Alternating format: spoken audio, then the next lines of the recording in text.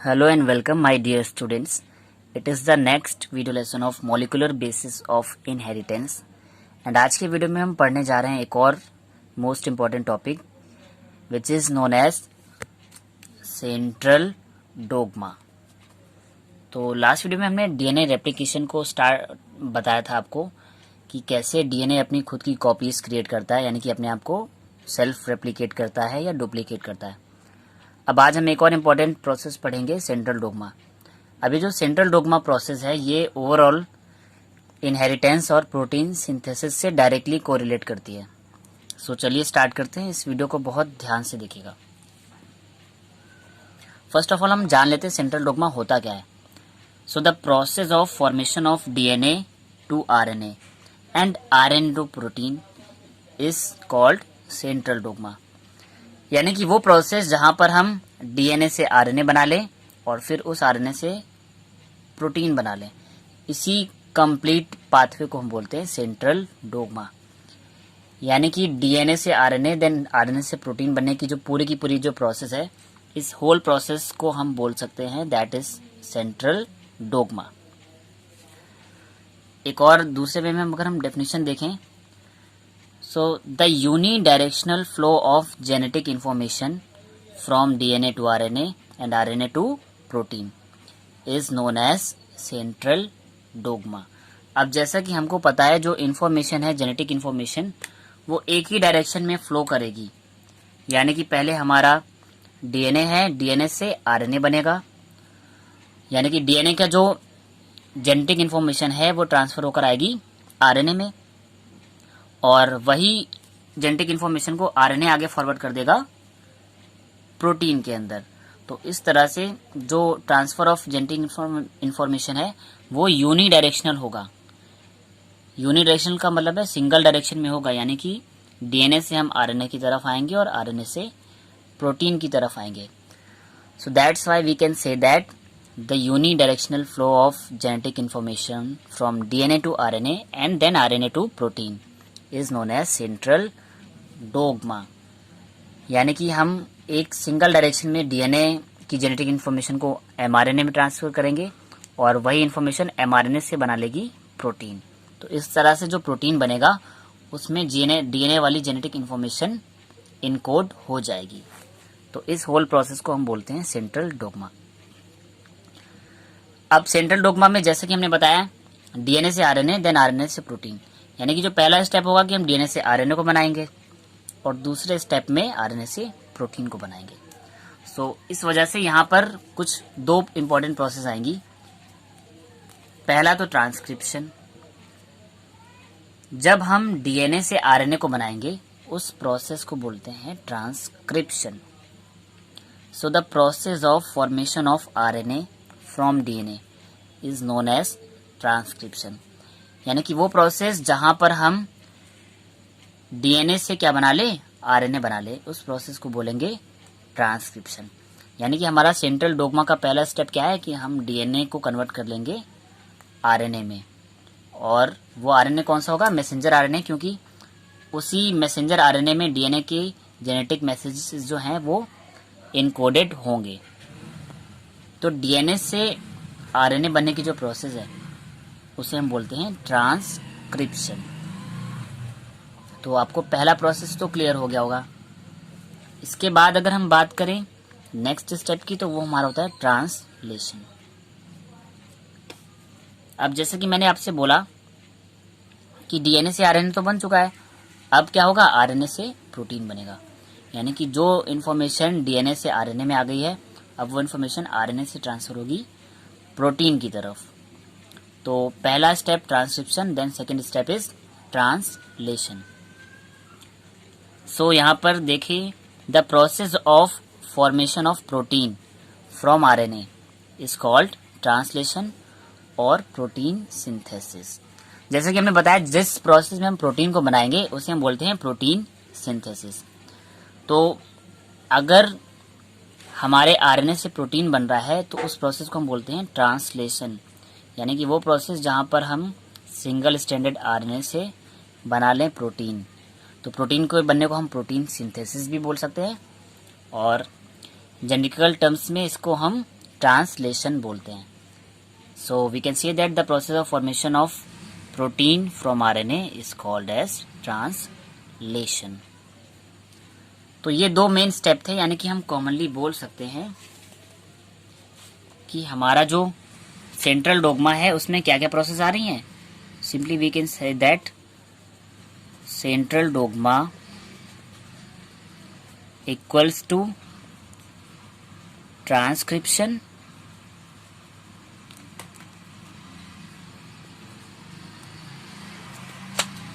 Plus translation. Clear? यानी कि DNA से आरएनए बनेगा ट्रांसक्रिप्शन में और आरएनए से प्रोटीन बन जाएगा ट्रांसलेशन में। तो इस सेंट्रल डोग्मा में ये दोनों प्रोसेस आ जाएंगी, ट्रांसक्रिप्शन और ट्रांसलेशन। तो आई होप आपको ट्रांसक्रिप्शन और ट्रांसलेशन दोनों प्रोसेस क्लियर हो गई होंगी। एक और लास्ट प्रोसेस है जो कि आपको पता होनी चाहिए, that is reverse transcription. Reverse transcription का मतलब क्या होता है कि हमने ट्रांसक्रिप्शन में क्या देखा था, डीएनए से आरएनए बन रहा था, और अगर हम इसी प्रोसेस को रिवर्स कर दें, यानी कि अगर हम आरएनए से डीएनए को बना लें, तो इसे बोलेंगे reverse transcription. So the process of formation of DNA from RNA is known as reverse transcription. यानी हम अपने ट्रांसक्रिप्शन वाले की प्रोसेस को उल्टा कर दें, आरएनए से, इस बार मैंने यहाँ पर गलत लिख दिया है, यहाँ पर आरएनए से क्या बन जाएगा, डीएनए। तो अगर आरएनए से डीएनए बन जाएगा, यानी कि ट्रांसक्रिप्शन की प्रोसेस रिवर्स हो जाएगी, तो इसलिए इसे नाम दे दिया गया है reverse transcription. Means the process of formation of DNA from RNA is known as reverse transcription. तो रिवर्स ट्रांसक्रिप्शन का सेंट्रल डोग्मा में तो कोई रोल नहीं है, बट कभी अगर कुछ प्रोकैरियोट्स और यूकैरियोट्स में आरएनए से डीएनए बन जाता है, तो वहां पर हम उस प्रोसेस को बोलते हैं रिवर्स ट्रांसक्रिप्शन। बाकी ओवरऑल जो हमारा सेंट्रल डोग्मा है वहां पर दो इंपॉर्टेंट प्रोसेस चलेंगी, ट्रांसक्रिप्शन यानी कि डीएनए से आरएनए का बनना, देन ट्रांसलेशन यानी कि आरएनए से प्रोटीन का बनना। सो ये तो हो गई ट्रांसक्रिप्शन और ट्रांसलेशन सेंट्रल डोग्मा की बात। एक और इम्पॉर्टेंट टर्म हम पढ़ेंगे आज यहाँ पर, जो हमारी नेक्स्ट स्टेप में हम ट्रांसक्रिप्शन और प्रोटीन सिंथेसिस पढ़ने वाले हैं, तो वहां पर कोडिंग कैसे होती है। तो आज हम एक थोड़ा सा शॉर्ट में समझ लेते हैं कोडिंग क्या होती है। यानी कि हमारे जो भी न्यूक्लियोटाइड्स आएंगे या हमारे जो भी अमीनो एसिड आएंगे, उनको कोड कैसे किया जाता है। तो सिंपली समझिए, जब डीएनए से बनता है एमआरएनए यानी कि मैसेंजर आरएनए,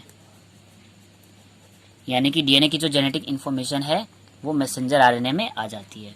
अभी जो मैसेंजर आरएनए होता है ये एक लीनियर स्ट्रक्चर होता है, यानी कि लीनियर फॉर्म में होगा, और यहाँ पे सपोज कि न्यूक्लियोटाइड सीक्वेंस है वो 5' to 3' चल रही है, या 3' to 5' चल रही है, इस तरह से। और एमआरएनए पे ही बहुत सारे न्यूक्लियोटाइड प्रेजेंट होंगे, क्योंकि एमआरएनए भी क्या है, एक न्यूक्लियोटाइड की लॉन्ग चेन है। और इन्हीं न्यूक्लियोटाइड में जो न्यूक्लियोटाइड के जो ट्रिपलेट्स होंगे, यानी कि जो तीन न्यूक्लियोटाइड के ग्रुप होंगे, उन्हीं को हम बोलते हैं क्या, कोडॉन।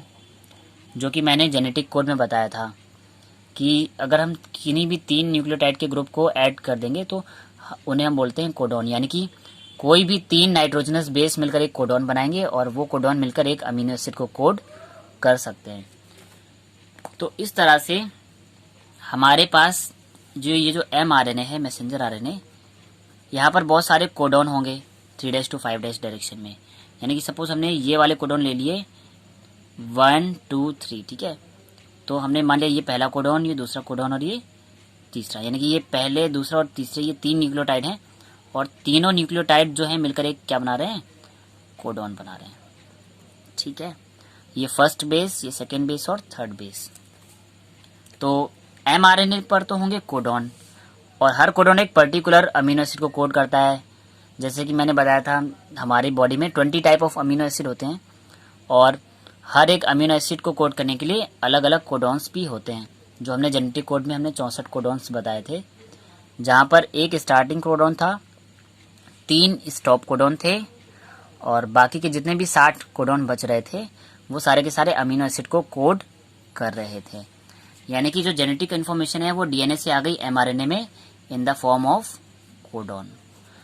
अब ये कोडॉन्स जो हैं अमीनो एसिड को कोड करेंगे, बट उन अमीनो एसिड को कौन लेकर आता है? तो हमारा जो टीआरएनए है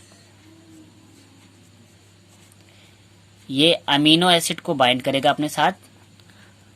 अलग अलग टाइप के टीआरएनए होंगे, वो अलग अलग टाइप के अमीनो एसिड को बाइंड करेंगे। यानी हमारे जो पास 20 different type of amino acid हैं, तो यानी कि उनके लिए अलग अलग 20 टाइप ऑफ टीआरएनए भी हमको देखने को मिलेंगे।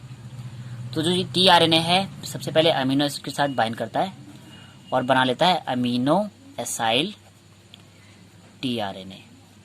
और वो अमीनो एसाइल टीआरएनए देखने में कुछ इस टाइप का होगा। उसके सबसे नीचे तो एक एंटीकोडॉन लूप होगा जहां पर एंटीकोडॉन प्रेजेंट होंगे। बाकी का स्ट्रक्चर मैंने आपको पहले भी बताया है। एक डीएचयू लूप, एक वेरिएबल लूप, और यहीं पर ये टीआरएनए जब ये अमीनो एसिड टीआरएनए में कन्वर्ट हो जाएगा, यानी कि इसके पास इसकी अपर आर्म में अमीनो एसिड होगा। क्लियर? और उन अमीनो एसिड को कोड करने के लिए एमआरएनए के पास क्या है? कोडॉन्स हैं। और ये जो टीआरएनए का एंटी कोडॉन लूप होता है, इस एंटी कोडॉन लूप में भी अब यहाँ पर 3' to 5' डायरेक्शन है, तो यहाँ पर 3' to 5' इस तरह से होगी। तो यहाँ पर हम बोल सकते हैं कि टीआरएनए के एंटी कोडॉन लूप में ये टीआरएनए का पहला कोडॉन, सॉरी एंटी कोडॉन, ये दूसरा एंटी कोडॉन और ये तीसरा एंटी कोडॉन। यानी कि ये फर्स्ट एंटी कोडॉन, ये सेकंड और ये थर्ड। अब जो एमआरएनए के कोडॉन है अगर टीआरएनए के एंटी कोडॉन्स के कॉम्प्लीमेंट्री हैं, यानी कि अगर टीआरएनए पर जो है AUG प्रेजेंट है, तो एमआरएनए पर क्या होगा? एडनिन से बाइंड करने के लिए होगा हमारे पास यूरेसिल, यूरेसिल से बाइंड करने के लिए एडनिन और ग्वानिन से बाइंड करने के लिए साइटोसिन। तो इस तरह से एमआरएनए के जो कोडॉन्स होते हैं वो टीआरएनए के एंटी कोडॉन्स के कॉम्प्लीमेंट्री होते हैं। तो इस तरह से जब कोई भी टीआरएनए एक अमीनो एसिड को लाता है तो उस टीआरएनए के एंटी कोडॉन्स को एमआरएनए के कोडॉन्स रिकॉग्नाइज करते हैं और पेयरिंग करते हैं, यानी कि कोडिंग कर लेते हैं। और जैसी कोडिंग हो जाती है तो अमीनो एसिड हमारा फ्री हो जाएगा। और इस तरह से बार बार अमीनो एसिड आते जाते हैं और अमीनो एसिड की लॉन्ग चेन बन जाती है, जिसे हम बोलते हैं प्रोटीन। तो ये एक शॉर्ट स्ट्रक्चर था कि कोडिंग कैसे होती है। तो कोडिंग के लिए आप सिंपली ये समझ लीजिए कि एमआरएनए का फर्स्ट कोडॉन टीआरएनए के थर्ड एंटी कोडॉन से बाइंड करेगा, एमआरएनए का सेकेंड वाला तो सेकेंड से बाइंड करेगा, और एमआरएनए का जो थर्ड कोडॉन है वो टीआरएनए के फर्स्ट एंटी कोडॉन से बाइंड करेगा। यानी कि यहाँ पर तो डायरेक्शन ये होगी और टीआरएनए में डायरेक्शन जस्ट अपोजिट होगी, यानी कि तीसरा वाला पहले से और पहला वाला तीसरे से बाइंड कर रहा होगा। तो एमआरएनए पे जो न्यूक्लियोटाइड्स प्रेजेंट होंगे उन्हें हम बोलेंगे कोडॉन, जिन कोडॉन्स को डीएनए ने ट्रांसफर किया है एक जेनेटिक इन्फॉर्मेशन की तरह। कि डीएनए ने सपोज बोल दिया कि हमने एक पर्टिकुलर अमीनो एसिड मेथियोनिन को कोड करना था, तो उस मेथियोनिन के लिए जो कोडॉन था AUG कोडॉन था। और AUG कोडॉन अगर एमआरएनए पर है तो टीआरएनए पर होना चाहिए UAC कोडॉन। तो यानी कि अगर यहाँ पर UAC कोडॉन है, इसका मतलब है यहाँ पर जो अमीनो एसिड है वो कौन सा होगा? मेथियोनिन। और जैसे हमको मेथियोनिन वाला एंटी कोडॉन दिख जाता है टीआरएनए पर, तो तुरंत ही हमारा जो एमआरएनए है उसको कोड कर लेगा और उस अमीनो एसिड को एक्सट्रैक्ट कर लेगा। तो इस तरह से कंटिन्यूसली क्या होता है, बार बार नया टीआरएनए आता है एंटी कोडॉन लेकर और उसको एमआरएनए की कोडॉन कोड करते हैं, और इसी को हम बोलते हैं कोडिंग। सो आई होप आपको कोडिंग समझ आ गई होगी। अब मैंने ये कोडिंग इन शॉर्ट में आपको इसलिए बताई क्योंकि आज आपने सेंट्रल डोग्मा पढ़ लिया है। इसके बाद जो मेन जो 2 स्टेप हैं वही आपके इस चैप्टर में इंपॉर्टेंट है। यानी कि सेंट्रल डोग्मा में हमने जो 2 प्रोसेस पढ़ी, एक तो ट्रांसक्रिप्शन और एक ट्रांसलेशन। ट्रांसक्रिप्शन में यानी कि हम डीएनए से आरएनए को बनाएंगे, तो इस वीडियो के बाद हम पढ़ेंगे ट्रांसक्रिप्शन, यानी कि डीएनए से आरएनए कैसे बनना है। द नेक्स्ट वीडियो में हम पढ़ेंगे ट्रांसलेशन या प्रोटीन सिंथेसिस। और प्रोटीन सिंथेसिस भी आपके लिए बहुत इंपॉर्टेंट है क्योंकि कई बार एग्जाम्स में पूछी जाती है। सो नेक्स्ट वीडियोस जो हैं वो बहुत इंपॉर्टेंट होने वाले हैं, ट्रांसक्रिप्शन और ट्रांसलेशन वाले। एंड इसके जस्ट ठीक पीछे वाला वीडियो जहाँ पर मैंने आपको डीएनए रेप्लिकेशन पढ़ाया था, वो भी मोस्ट इम्पॉर्टेंट है, क्योंकि डीएनए रेप्लिकेशन में डीएनए अपनी खुद की कॉपीज क्रिएट करता है और एग्ज़ाम पर्पज़ से और नीट के पर्पज़ से भी वो वीडियो बहुत इंपॉर्टेंट है। तो अगर आपने डीएनए रेप्लिकेशन वाला वीडियो मिस कर दिया है तो उस वीडियो का लिंक मैंने इसी वीडियो के डिस्क्रिप्शन में दे रखा है, उस लिंक पर क्लिक करके आप डीएनए रेप्लिकेशन वाला वीडियो भी देख सकते हैं। एंड ये वीडियो आपको कैसा लगा कमेंट करके बताएं। अगर ये वीडियो आपको समझ आया है तो इसे लाइक करें और सभी स्टडी रिलेटेड ग्रुप्स में शेयर करें। साथ ही चैनल को सब्सक्राइब कर लें और बेल आइकन भी प्रेस कर लें ताकि आने वाले वीडियोस की नोटिफिकेशन आपको मिलते रहें। Thank you students.